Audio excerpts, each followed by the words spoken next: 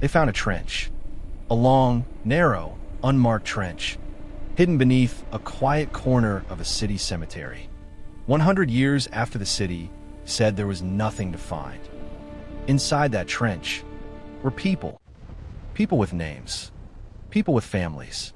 People who were buried in secret because what happened to them was so violent, so organized, so deliberately covered up, that the city of Tulsa, Oklahoma, spent nearly 100 years pretending it never happened.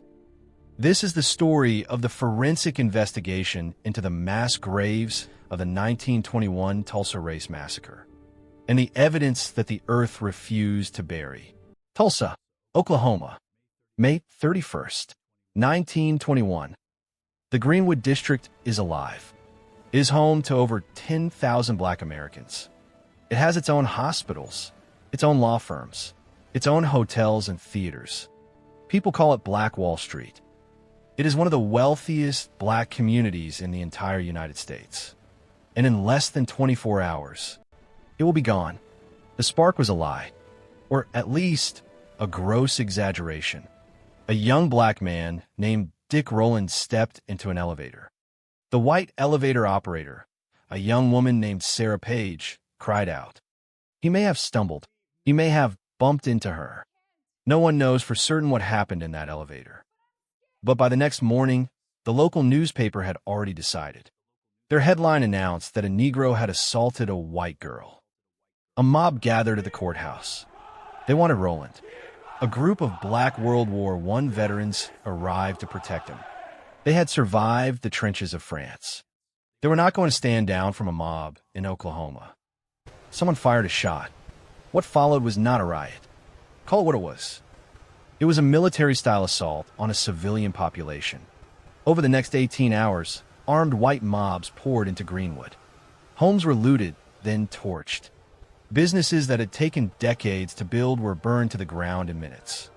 Private aircraft flew low over the district. Witnesses later said the planes were firing down into the crowds below. 35 blocks burned. Over 1,000 homes gone. And the official death count? 36. That was the number the city put on paper. 36 people. In a massacre that destroyed an entire district. In a neighborhood with more than 10,000 residents. The survivors knew that number was wrong. They had seen things the official report refused to record. In June of 1921, a grand jury was convened. Their findings would set the tone for the next 100 years. The loss of life and property was the direct result of an armed uprising of Negroes. We find no evidence of a planned conspiracy by white citizens. The casualties were handled according to the health requirements of the city during a time of emergency. Health requirements. That phrase will matter. Remember it. Because health requirements meant one thing. It meant fast burials. It meant no family notifications. It meant bodies loaded onto flatbed trucks in the middle of the night. It meant mass graves.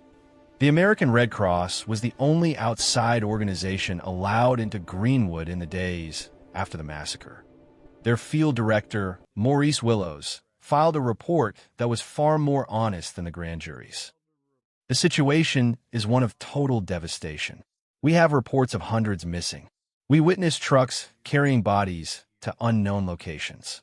The official count of 36 is a gross underestimation of the lives lost.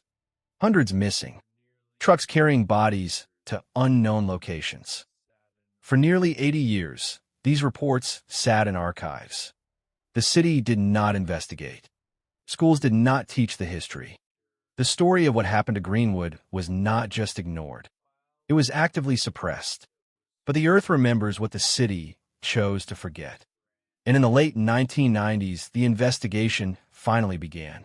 1997. The state of Oklahoma formally commissioned a report on the massacre. It was called the Oklahoma Commission to Study the Tulsa Race Riot. After decades of silence, the state was finally asking the question, what really happened? The commission used a tool that had never been applied to this case before. Ground-penetrating radar. The technology works by sending electromagnetic pulses into the ground. When those pulses hit an object below the surface, they bounce back.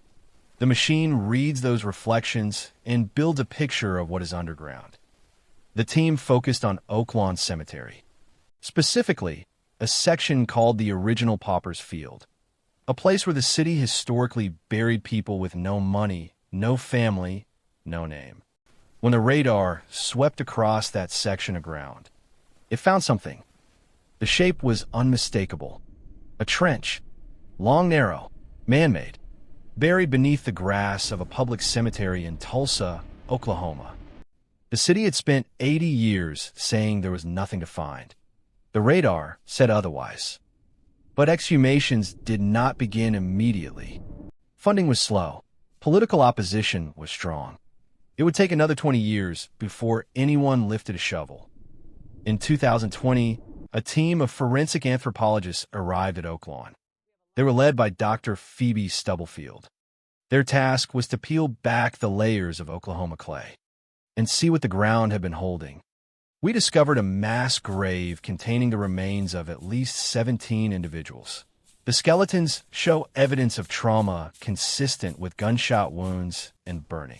Several individuals were buried in plain wooden coffins known as boarding house caskets.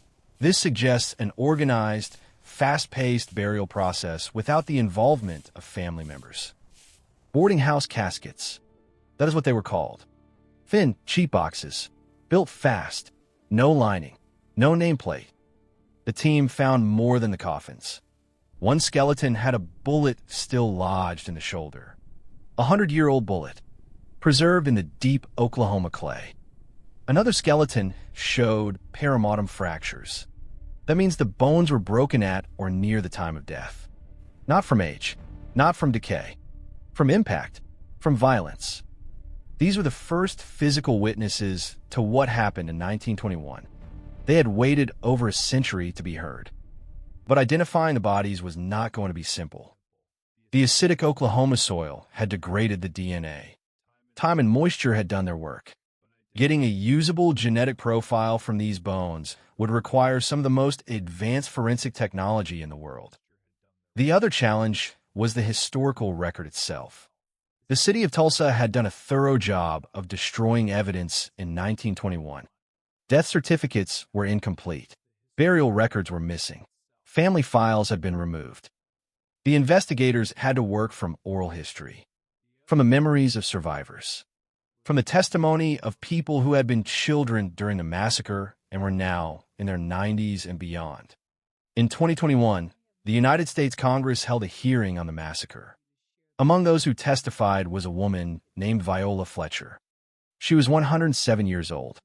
She had been 7 years old during the massacre, and she had never stopped remembering.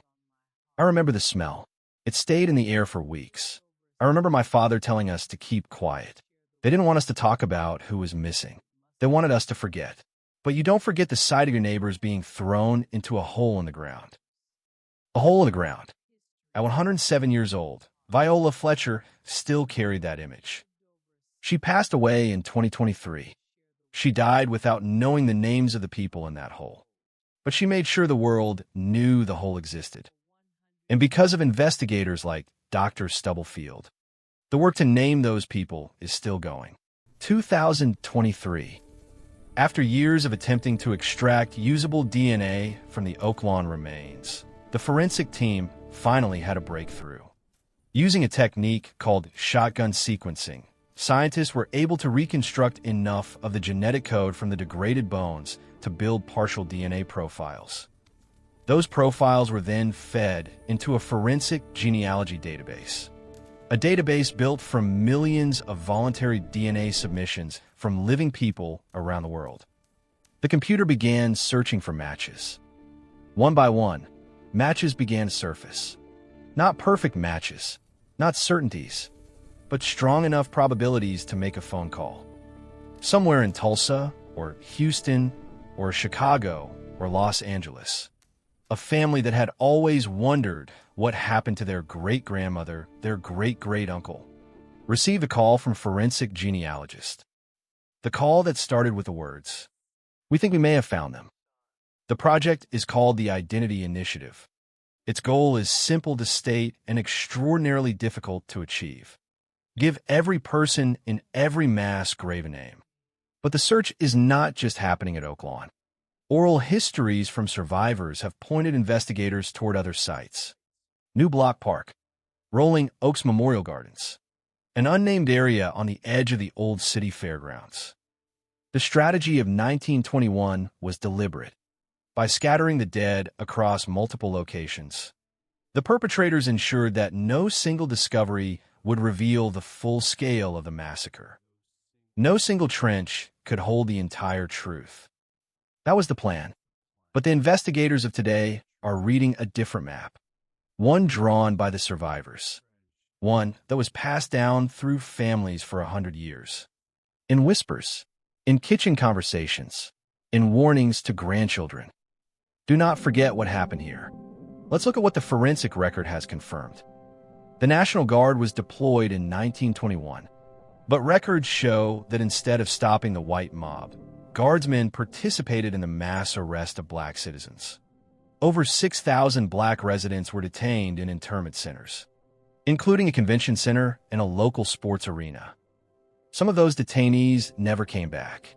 The charcoal found at the excavation sites matches the type of wood used in Greenwood's building construction, the same wood that burned in the fires of June 1st, 1921. The bullets recovered are consistent with military-issue rifles from the World War I era, not civilian hunting weapons, military weapons. The soil data tells a story that the grand jury refused to tell. This was not a riot that got out of hand. This was a coordinated attack on a civilian community. There is a wall in the Greenwood Cultural Center. It lists the names of the businesses that were destroyed in 1921. Below it, a newer plaque is being installed. It has space for the names of the unidentified, the people the city called unknown, the people the earth has been holding. As the DNA results continue to come in, the blank spaces on that plaque are slowly being filled. Not quickly, not easily, but permanently. The economic loss from the massacre has been estimated at over $600 million in today's currency. The generational wealth that was stolen. The businesses never rebuilt. The properties never returned. The children who grew up with nothing because everything their parents built was burned. The debate over reparations continues. Courts have ruled multiple times that the statute of limitations has passed. Survivors and their descendants continue to push for accountability. But for the forensic team, that debate is not their job. Their job is the data. Their job is the evidence. Their job is the bones.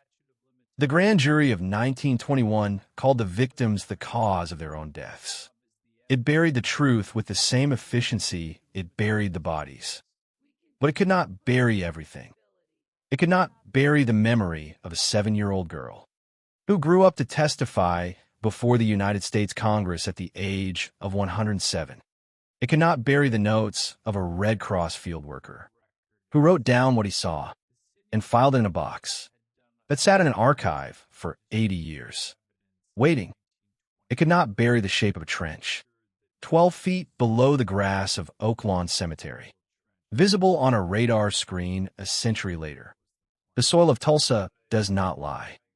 It preserves the trajectory of the bullets. It preserves the charcoal of the burned wood. It preserves the evidence of a community that was systematically erased. And one by one, slowly, the DNA is returning their stories. They will no longer be unknown. They will be the citizens of Greenwood. The investigation is not finished. The search continues. The truth is a forensic process, and the earth is still speaking.